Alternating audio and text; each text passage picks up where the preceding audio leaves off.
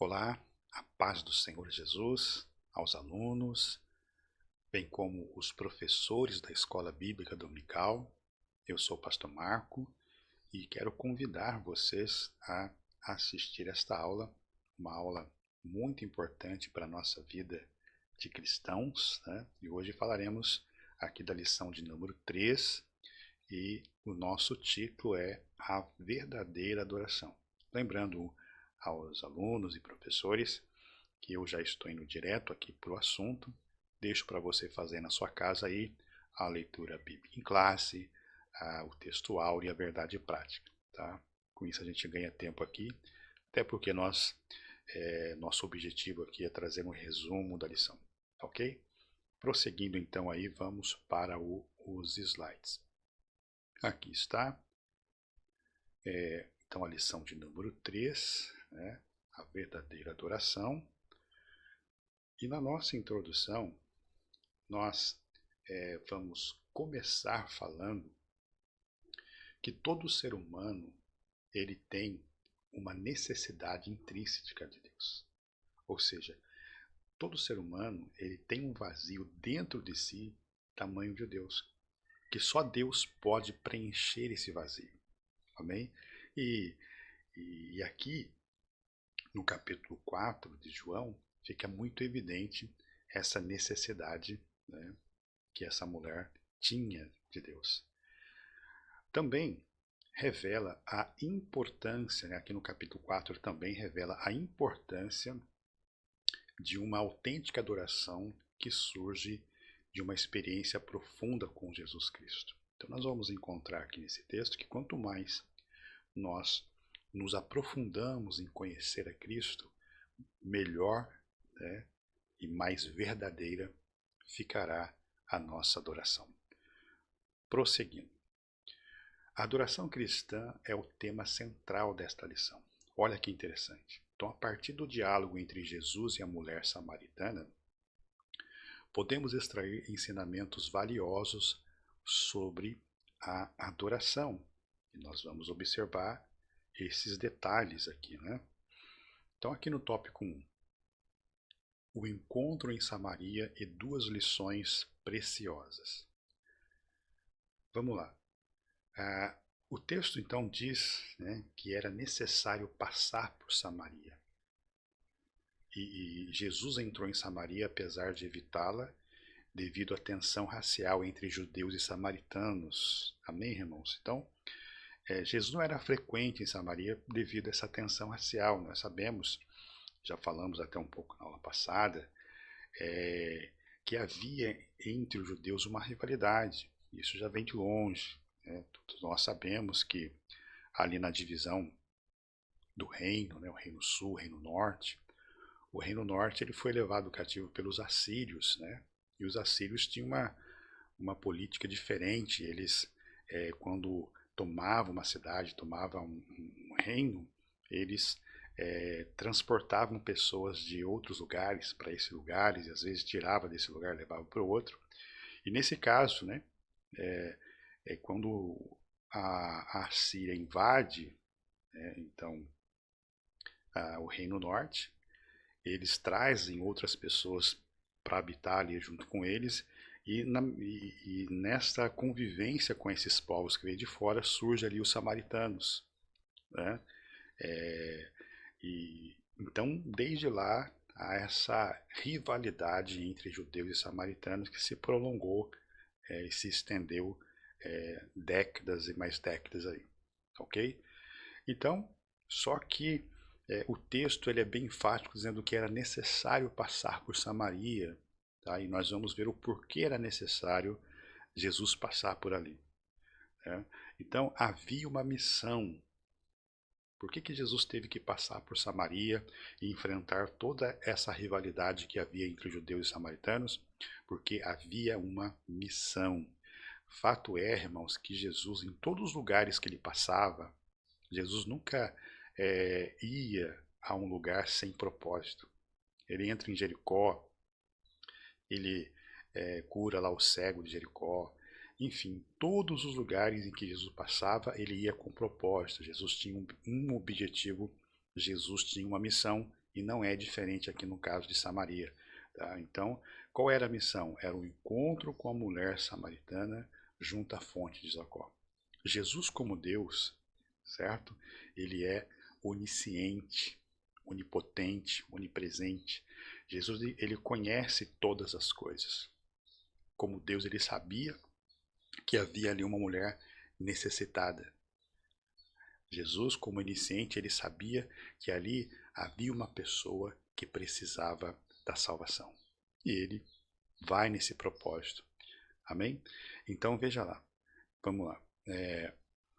Em Samaria, Jesus iria ensinar duas lições importantes aqui. A primeira, toda pessoa precisa de Deus e deve aproveitar cada oportunidade para partilhar essa água da vida. Então olha aqui, a primeira lição é que toda pessoa, né, ela precisa de Deus, certo? E o fato de ter o encontro com Deus, como Jesus falou para aquela mulher assim, olha, o dia que você beber desta água que eu lhe der, nunca mais terá sede. Esta água, ela jorrará, né, para a vida eterna. Então, o que acontece muitas das vezes? Que nós, ao tomarmos dessa água, nós, ao recebermos esta água, né, que simboliza aqui uma obra regeneradora do Espírito Santo, nós queremos represar esta água, né, e deixar só para nós, na verdade? Então, a lição que nós aprendemos aqui é que ao receber, né, tomar posse, nós precisamos também partilhar desta água. Amém? A segunda lição que nós aprendemos aqui é que o culto de adoração ele não se limita a um lugar específico. Essa era a dúvida da mulher, quando faz a pergunta, qual é o lugar certo de se adorar? Amém? Mas a gente vai ver isso aí no decorrer da lição. Então a mulher samaritana, ela dirigiu-se à fonte para recolher água e ouviu um pedido do amado mestre, dai-me de beber. Né?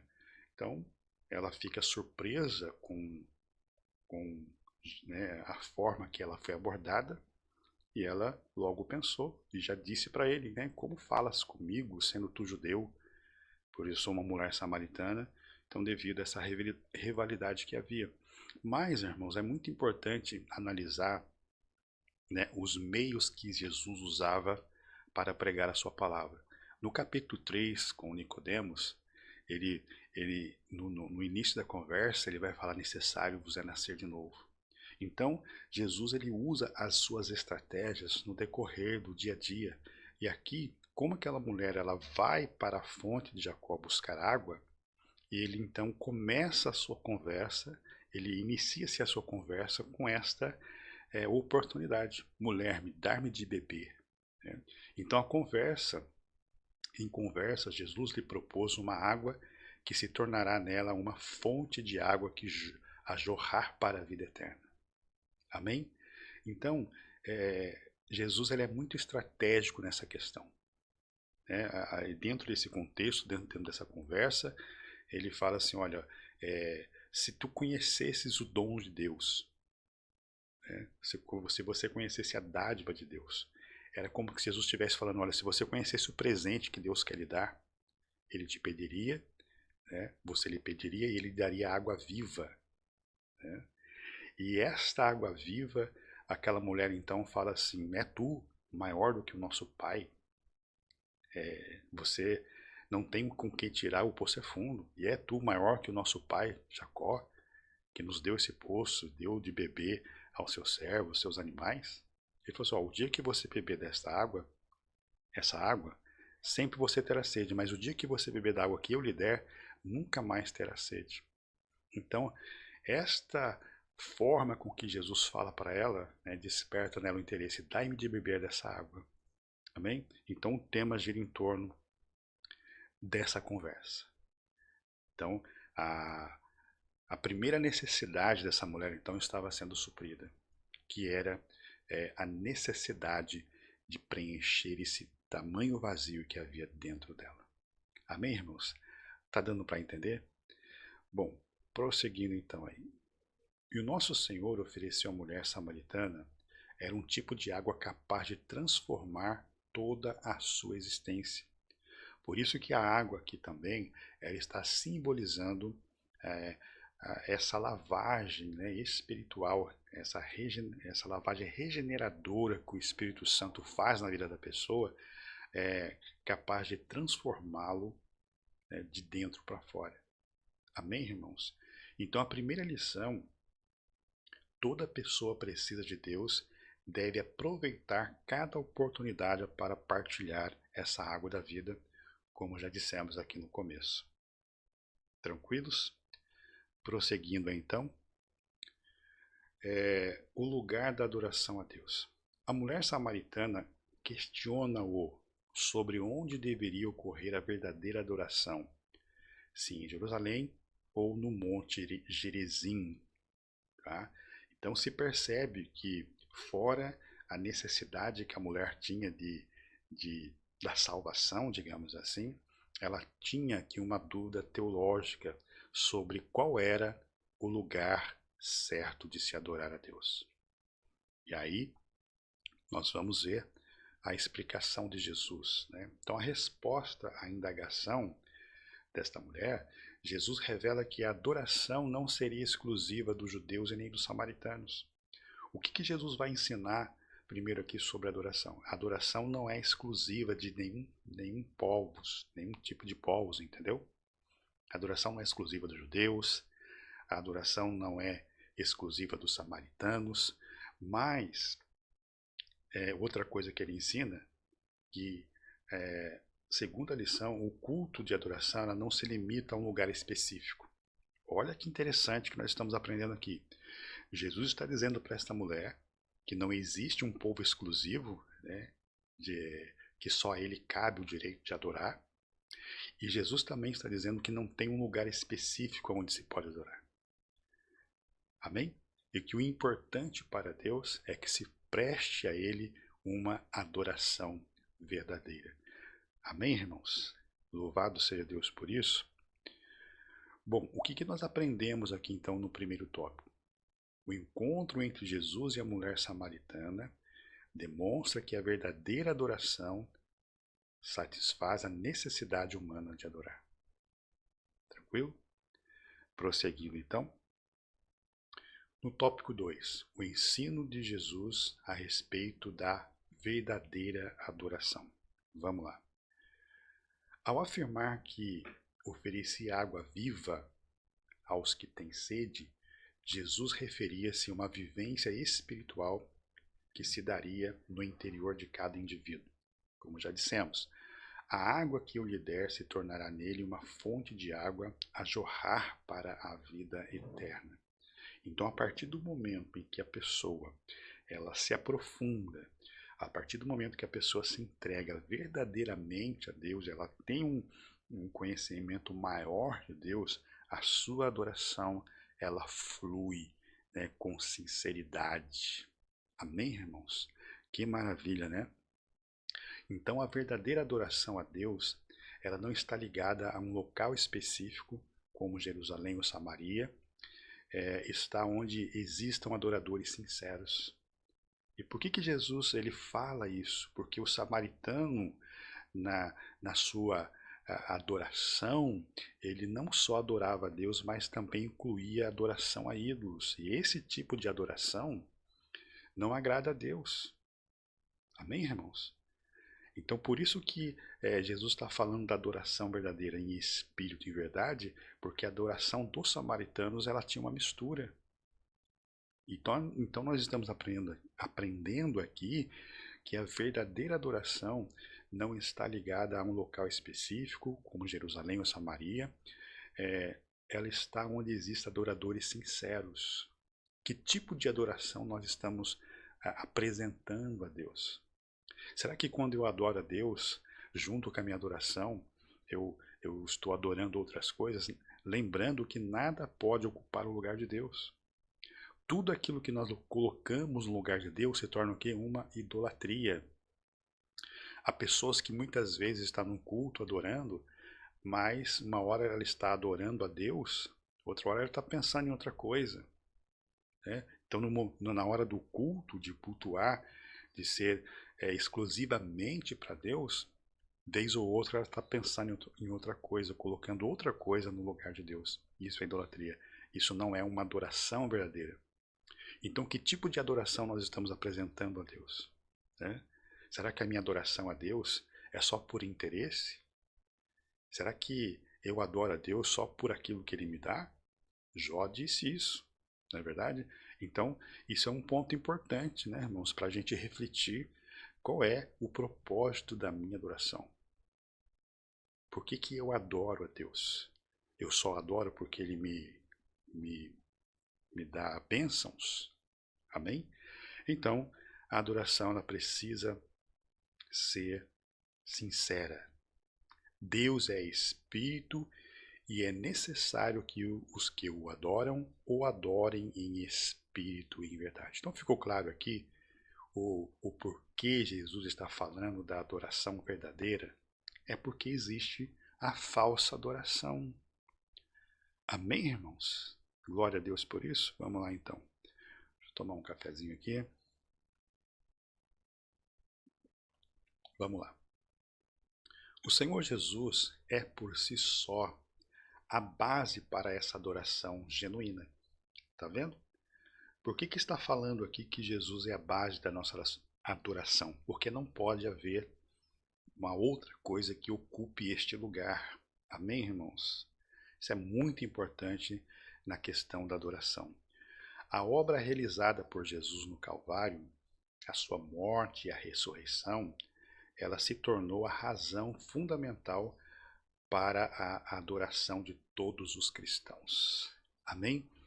Então, a obra de Jesus, realizada na cruz do Calvário, pelo preço que foi pago pelo nosso resgate, no mínimo, nós devemos dedicar a Deus toda a nossa adoração pelo tamanho ato, né, de amor e compromisso com a nossa vida. Amém? Prosseguindo aí, então. Bom, Jesus e a verdadeira adoração. Né? Então, sempre que participamos da ceia do Senhor, essa memória permanece viva em nós, independentemente da localização. Isso é uma grande verdade. A Santa Ceia do Senhor, ela ocorre em todos os lugares no mundo entre os cristãos. Então fica muito claro aqui que não depende do lugar onde se adora. Mas ele está frisando aqui que na Santa Ceia do Senhor é o momento de nós refletirmos, né, nesse grande amor de Deus, nesta obra da salvação realizada na cruz do Calvário. Amém? Então, prosseguindo aí com a nossa lição. O que nós aprendemos aqui no tópico 2? Que a base da verdadeira adoração, certo? Ela reside na narrativa do Calvário, o sacrifício substitutivo de Jesus. Amém? Vamos lá então, tópico 3. A adoração bíblica. No diálogo com a mulher samaritana, Jesus utilizou o termo grego, olha só que interessante, isso aqui é interessante mesmo. No diálogo com a mulher samaritana, Jesus utilizou o termo grego proskuneo para adoração ou ato de adoração. O que quer dizer essa palavra no grego proskuneo? Significa, né, uma reverência a Deus, significa ajoelhar-se perante Deus, significa prostrar-se diante de Deus. Amém? Então nós entendemos também que no ato da adoração é muito importante a nossa postura em relação à adoração, irmãos. Amém? Eu falo isso porque às vezes a pessoa está no culto de adoração a Deus, mas parece que ela está passeando no shopping, parece que ela está lá sentado à vontade lá no banco da praça, ela não tem uma postura, né, de adoração. Então a adoração também, com essa palavra grega, ela traz esse sentido, amém, de se ajoelhar, de se prostrar, né? Amém? Veja bem outra explicação aqui, ó. Proscúnio no Novo Testamento está associada a um ato de se dobrar os joelhos, né? Ou prostrar-se com a testa ao solo, como era muito costume do judeu, né? Ou sobre os pés de quem está submisso. Isso é importante. Então, o episódio da mulher samaritana nos ensina a reconhecer a própria inferioridade e também a superioridade de Jesus. Então, quando nós falamos de adoração, nós temos que ter em mente da superioridade de Jesus. Então, nós devemos nos postrar diante dele com respeito, com veneração. Amém, irmãos? Hoje é lamentável, né, o grande desrespeito que as pessoas têm em relação a Jesus. Que nós possamos refletir se a nossa adoração tem sido sincera. Amém, irmãos? Falo isso aqui sentindo a presença de Deus ministrando esta aula em nome de Jesus. Então, o serviço a Deus está profundamente associado à adoração. O trabalho que prestamos a Deus o fazemos porque adoramos a Deus. Amém, irmãos? E não é por obrigação, não é por interesse. Se trabalhamos na obra do Senhor, amém? Se fazemos ou realizamos a obra de Deus, é porque estamos adorando. Tudo isso faz parte da adoração. Esse é um ato espontâneo que demonstra o nosso reconhecimento da sabedoria de Deus sobre tudo. Aliás, né, quando a própria palavra de Deus fala que nós, né, seremos recompensados por esse trabalho. Mas não devemos fazer só pensando na recompensa. Né? Eu não devo trabalhar para Deus só pensando no galardão que eu vou receber depois. Primeiro, eu tenho que trabalhar para Deus como se fosse um ato de adoração a Ele. Né? Não importa o trabalho que você faça na igreja, se você ocupa um lugar de destaque ou se o serviço que você faz ninguém nota, ninguém percebe. O importante é que se você está fazendo isso com adoração a Deus, aí sim, com certeza, a sua recompensa virá. Amém? Glória a Deus por isso. Vamos lá então. Então, o serviço que apresentamos a Jesus, ele exige uma entrega total da nossa vida, irmãos. Sabe, parece que tem pessoas que fazem a obra não por necessidade, mas por obrigação. Sabe aquela situação que a pessoa parece que vai fazer por obrigação? Isso é perigoso demais. Jesus não aceita esse tipo. É melhor que você não faça, né, irmãos? Se a gente for prestar um trabalho para Deus, no sentido que a gente está fazendo isso por obrigação, é melhor não fazer. Amém? Porque exige uma entrega total da nossa vida, como um sacrifício vivo ao Senhor, como em Romanos 12:1. Veja que lição importante nós estamos aprendendo. Faça uma reflexão sobre a sua vida, se os trabalhos que você executa para o Senhor, na igreja, em qualquer lugar, você faz isso como um ato de adoração a Deus, não importa a dificuldade, os problemas, não importa as lutas que passamos, né? Mas quando nós adoramos a Deus e quando colocamos Deus na frente, tudo isso a gente supera. Amém? Louvado seja Deus. Prosseguindo aí. Sentimos uma necessidade profunda de adorar a Deus, conforme é lembrado, né? Aqui pelo salmista, no Salmo 42, o verso 2, a minha alma tem sede de Deus, né? Do Deus vivo. Quando entrarei e me apresentarei ante a face de Deus? Então essa deve ser o nosso desejo, né, de adorar a Deus. Amém? Que lição valiosa, né, sobre a adoração. Então a verdadeira adoração, ela envolve uma postura interior, olha só, que permite ao crente estabelecer um vínculo profundo com Jesus Cristo. É por isso que muitas vezes, para algumas pessoas, segundo o pensamento de algumas pessoas, fala assim, hoje o culto estava vazio. Não é que o culto estava vazio. Não é que o culto estava frio. Amém? É que a sua adoração, ela não se enquadrou dentro daquilo que Deus quer. E muitas vezes a gente vai para a igreja e volta da mesma maneira, porque o meu ato de adoração a Deus não está sendo sincero e verdadeiro. Amém?